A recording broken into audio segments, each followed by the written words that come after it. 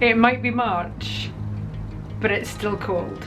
Welcome to MoggyBoxCraft. I'm Deborah and welcome back to my greenhouse and garden. This video is going to be a March garden update, including a full tour of the garden, what's been happening and what my plans are for the spring and summer. Let's kick this off with a look back at the garden on the 9th of February. The snow finally fell, we finally had proper snow, the garden looked magical, and I thought I would film it and show you what the garden looks like with lots of snow. So yes, the snow was very beautiful, but it brought its trials and tribulations, mostly for the avocados. In my last avocado update, the avocados outside were doing really well, until it got really cold. The avocados were living here, but I thought it was a little bit cold, so they're now residing in here. I'm pretty sure I've killed them, but not to fear. I thought I would try and cut off all the dead bits. I'm going to leave them in that cold frame for the moment and cross my fingers that they recover, but it's not looking likely. The plans for the next set of avocados, I will let them live outside throughout the summer. As soon as it gets cold for winter this coming year, I shall put them directly into that cold frame and hope they survive. So that brings us to today, the 13th of March 2021. So let's start off in the greenhouse. At the end of last year, I hosed down all my pink planters, stacked them up to dry, and have just left them over winter. I also have some cold frames. They're fine, they're lovely, but I hardly ever use them. So I decided I would upcycle them or make them slightly more useful. So to install my makeshift shelves in my greenhouse to level out the greenhouse floor, I just used bits of wood, strategically placed. Not really, I just kind of put them wherever I thought it would work. Upended the cold frame, slid it into place. So we had some leftover clear corrugated plastic stuff that we use on top of the awning and greenhouse. So I thought I would just pop that on top. It makes it much sturdier, so I will be able to put some plants on top of that for the spring and summer. And also a lovely area for repotting. It's quite a nice height.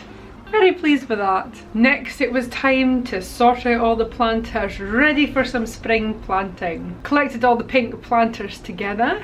I got some new compost, so I've got all the planters filled up.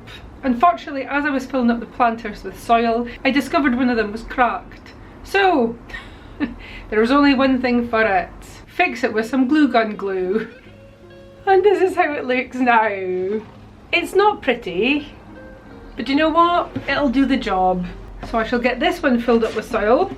After I filled up the planters, I rearranged the greenhouse so they should be ready for getting planted up when the seeds are ready. And decided to pop in my tomato supports. I have a length of string at the top of my greenhouse and some string tendrils that come down at the end of the tendrils. Some of them were a little bit too long, so I just ended up tying a knot, and I used like a little tent peg thing, just pop that through the loop and stab that into the soil. My plant support for tomatoes and cucumbers, and for a mystery plant that I'm really excited about growing. I shall tell you more about that later. And this is how the greenhouse is looking now. The passion fruit flower is still at the door here. It's still hanging on through winter. There is a few little dried areas, but I'm hoping it will produce a flower this year. Everything that was on this side I've now moved over here. I'm not sure if it's going to continue living here or get transplanted into the raised beds eventually, but this is how we're looking for the moment. This is the Romanesco cauliflower. Now I thought this thing had definitely died, but it's hanging on in there, so I'm quite impressed. I will plant that out into the raised beds if it hangs on more. All the rest of these beds are going to be for tomatoes, cucumbers, aubergines, sweetcorn, etc. Little gem lettuce hanging on in there. I had a lovely comment from someone. So I wondered last year why my lettuce kept bolting in the greenhouse, and apparently it might be due to it being too warm in the greenhouse, so I will definitely be planting the lettuce outside this year instead. So all this I planted last autumn. These are the autumn 2 king carrots. There's a tiny carrot in there, and a tiny carrot in there. I'm not sure if this is really going to work, but it's a nice little thing to try. These two are both beetroot. Quite surprised any of this is actually surviving, so I guess we'll just wait and see if it actually becomes anything. And this is the asparagus. Wow, what can you say about that? Up here I've got some hanging baskets. I think I'm going to be planting flowers in them this year. And these are my makeshift shelves using cold frames and leftover bits of wood and things. I'm really pleased with these. Nice little bit of storage underneath. And these are the flowers I planted last year. We've got this beautiful iris. I mean, this is absolutely gorgeous. Both tulips have grown, but there's no flowers as yet. This is where the strawberries live. Now, unfortunately, they haven't done very well last year, so I'm thinking it might be time to just replant them, start again, and start completely new plants. And I do have a bit of a plan for here. So my plan is to make a drain pipe planter to hang from here and to repot and plant all these strawberry planters. On the stair area is mostly where I keep all the herbs. Everything's mostly died away and I've cut everything back. It's not looking the greatest, to be honest. On to the raised beds. Let's start with the onions. So these are the onions I planted late last year. Now, there's a lot of snow up on the awning greenhouse roof, and as it's melted, it's fallen into here. This soil where the onions are wasn't good to start with. Loads of the soil seems to have been washed away or pushed down, and it's starting to expose quite a lot of those onions. I'm not sure if this is going to work, but my plan is to spread more soil on top of the onions and hopefully that will help. This is how the onions are looking now. I've covered them with soil. Let's hope that helps. At the bottom of this bed is a whole collection of things. These were carrots in here. Beetroot's totally died off. This is lettuce, little gem that's left in here. There's not many left or survived. I think that might be some random onions. In this area I'm planning to do squash and pumpkins this year, and that is why I've popped another cold frame at the bottom of this bed. As the squash and the pumpkin grow, it'll just cascade down here and give it a little bit more support and something to grow on. In there was the winter peas. That didn't work out, so we're going to have brassicas up here, well, cauliflower, some winter veg, and this at the moment is garlic. Again, I've popped some soil over the top. I think they're growing on really nicely, and we've had a lot of really cold weather, so hopefully they've split well and we'll get good garlic this year. In here was the Brussels sprouts. I've removed them. There was supposed to be parsnips in here. I've just left them to continue growing. I don't think they've come to anything. I will have to pull them out at some point and see. But in here I'm going to plant tatties this year. And down here we have the carrots. I just pull out the carrots whenever I need them, pop them in a little basket. Jesus, that's a big carrot. Although it does look like it's been eaten a bit. Oh, that one doesn't look very good. Straight in the compost bin. And I just chop the ends off straight into the compost bin and give them a hose down to clean off all the dirt before taking them into the house. On to all the flower planters dotted around the garden and the big flower planter at the back there. Most of the flowers I've cut back. Some of the iris is popping through. Some flowers starting to pop up. I've topped everything off with fresh soil. These have all been cut back and topped up with fresh soil too, as are all these flowers. I've also trimmed back the hydrangeas massively, and hopefully we'll get a good lot more growth on everything I've cut back. And on to this planter that we started last year. I've popped in random tulips. I think this is a black hollyhock that I grew from seed last year. I never got any flowers last year, but they're only supposed to flower on their second year. So I'm really excited to see how that does. I think that more tulips popping up there or something anyway. I think that might be the Himalayan blue poppy. Yeah, so that's the Himalayan blue poppy in there. I'm desperately hoping that survives and actually flowers this year. This hydrangea's been cut back too. Now a wee update of all the fruit trees. Most of these are lying pretty dormant at the moment. We've got blackberry, red currant, raspberry. That is looking like it's starting to do something. Rayburn apple tree, I think it's called. Pear tree, pray for me to get pears this year. We didn't get any last year. The sweetest of all brambles. Oh, I love this bramble bush. It has just got the nicest fruit. Down here we've got the blackcurrant. Olive tree's doing pretty good as well. This branch is a little bit floppy, but apart from that, all good.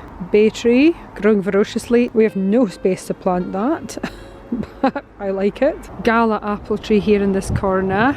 Rhubarb is starting to sprout. Blueberry in this corner. Got some really nice blueberries off that one last year. I mean, only about 10 of them, but still. And in this corner of the grass, I was thinking about planting this blueberry. I think I'm just going to leave it living in its pot, because surprise! we got engaged. And as an engagement gift, our friends got us this beautiful entwined pear tray. It came so well packaged. And as you can see, the two trees are entwined together. I just think it's such a lovely thing. So that is going to be planted in this space. So we've got our pear tree here. These pear trees will be planted in here and grow up like this. And that should make for a lovely secondary arch as we come through this gate. So I'm really excited to get into the garden this year. I did start some of my seedlings on the 8th of February. I am doing a grow light experiment at the moment. And spoiler, they work. If you'd like to check out what happened and what seeds I'm growing, I'll leave a link up here and in the description box below for you to check that out. These are the seedlings that I planted on the 8th of February for my grow light experiment. And these are the leftover seeds that are not in the experiment and that will be getting growing in the greenhouse. So they're all doing really well at the moment. Hopefully they'll transplant outside pretty well when the time is right. So these are the seeds I started on the 3rd of March 2021. I started them with a propagator and the heat mat and ordered an extra grow light. A few of these seeds are a tiny bit leggy because the grow light didn't come before they germinated. But I've got it now, they're in the windowsill and they're happily living their best seedling lives. So from left to right on this first row, we've got Moneymaker tomatoes, and these are seed saved Moneymaker tomatoes. Then we've got Sun Gold tomatoes and seed saved Sun Gold tomatoes. Now these are F1s, so that usually means that you can't seed save from them. The SS on the markers means seed saved. As we can see from little growing trays, the only thing that's grown so far is the seeds that are saved from the Moneymaker tomatoes, which I'm really surprised at. I wasn't expecting these to grow, but I thought these two would grow, but it is still quite early, so we might get some growth in there yet. Then we've got some sweetcorn Incredible F1 and sweetcorn Seville F1. Because I've got one row that hasn't grown at all, and I think those were the older seeds. I think the Seville seeds are actually these ones, but I've marked them as Incredible. I think I've just mixed up this marker and this marker. In this last row of very leggy seeds, we've got Brussels sprouts. Groninger, Brussels sprouts. These seeds are really leggy because I didn't get them the light in time. But they're still fine, they're growing, we'll see what happens. Now if we turn this around, on this side, some more leggy seeds for you. This is Ramasco cauliflower. This is the cauliflower Ramasco, Veronica F1. Look at those leggy seeds. I don't know what to say about that. Next to that, we've got butternut squash. This one's an early butternut squash. There's a tiny one just down there. That one seems to be doing well. And next to it is the Harrier F1 butternut squash. These seeds are a bit older, so nothing has sprouted as yet. I know these are so leggy, this is so bad. This makes sense when you know the name of them. Zombie pumpkins. I am so excited to grow these. Hopefully they'll be okay. You only get 4 seeds in a packet, which is criminal, for £2. 50 pence a seed. But I had to buy these, I just had to. And on the end here, we've got small sugar pumpkins. These ones are looking a little bit better. Still quite leggy, but upright. So I would say that's an improvement. Another little leggy joy down here is the cucumber market mower. These seeds are pretty old, so I thought this might be the last year I can really give these a bash. Very leggy but growing. And on this last row down here, I've got strawberry temptation. It does say 21 to 28 days to get seedlings, so nothing as yet, but we shall continue to hope that they actually do grow. I'll be planting more at the end of March. There's some direct sow things that I will be planting directly into the soil this year. But there's a few seedlings that I've ordered and I'm very excited about. One is a type of strawberry and one is a loofah. Now I've never tried to grow a loofah before, but this is the year. I've also got a few other exciting things, so stay tuned. If you've enjoyed this video, leave a like, leave a comment, share and subscribe. And you can follow my gardening journey and other crafty DIYs I might get up to in the meantime, like making strawberry planters out of drain pipes. Yeah, that's the thing that's going to happen. And making self-watering plant pots. Fingers crossed that works. So, thank you so much for watching. I'll see you guys next time. Bye!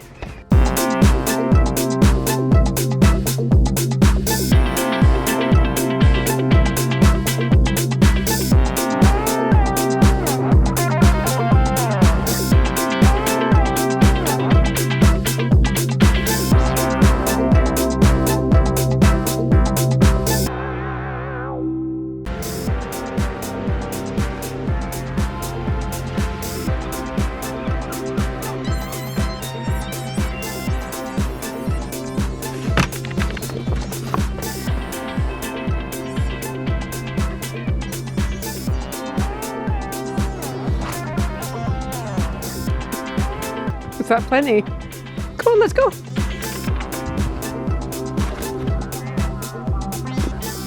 Oh, the sun is coming out. Really? Does it have to come out right now while I'm filming? This is how the greenhouse is looking now. Oh. Is that so?